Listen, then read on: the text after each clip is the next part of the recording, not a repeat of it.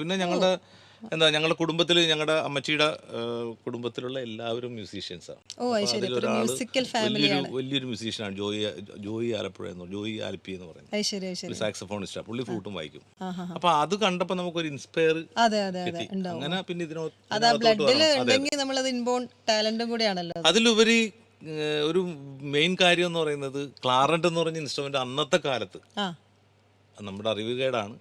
അന്നത്തെ കാലത്ത് ഈ ബാൻഡ് സെറ്റിലും എല്ലാം വായിക്കുന്നത് നമ്മൾ കണ്ടിട്ടുള്ളൂ. ഇന്നാണ് അതിന്റെ വ്യാപ്തി. കാര്യം ഇങ്ങനെ ലോകം വലുതായപ്പോൾ, നമ്മൾ ലോകത്തിനെ അറിഞ്ഞു തുടങ്ങിയപ്പോൾ പിന്നെ ഈ ഇൻസ്ട്രുമെന്റിന്റെ സാധ്യതകളും ഇതെന്താന്ന് മാത്രം മഹത്വം ഉണ്ട് എന്നൊക്കെ മനസ്സിലാകുന്ന ഇപ്പോഴാണ്.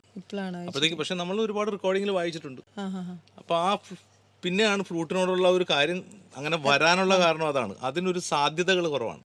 ഇത് ഫ്ലൂട്ട് വായിക്കുവാണെങ്കിൽ എല്ലായിടത്തും നമുക്ക് പോകാൻ പറ്റും, പലരും കാണാൻ പറ്റും. അത് മാത്രമല്ല അത് ഹാൻഡ്ലിംഗും വളരെ ഒരു ചെറിയ ഹാൻഡ്ലിംഗ് ഇച്ചിരി പാടാ. അല്ല ഈ ഫ്ലൂട്ട് കൊണ്ടുനടക്കാൻ മാത്രമേ ഉള്ളൂ. വായിക്കാന്ന് പറഞ്ഞാൽ അതെ വായിക്കേണ്ടവരില്ല. നമ്മളത് ഇപ്പൊ നമുക്ക് വീണ വായിക്കുകയാണെങ്കിൽ നമുക്ക് അത് പിടിച്ചോണ്ട് എല്ലാ പക്ഷെ ആണെങ്കിൽ പോലും മറ്റുള്ള ഇൻസ്ട്രുമെന്റ് സൂക്ഷിക്കുന്നതിനേക്കാളും ഭയങ്കരമായിട്ട് സൂക്ഷിക്കണം അല്ലേ.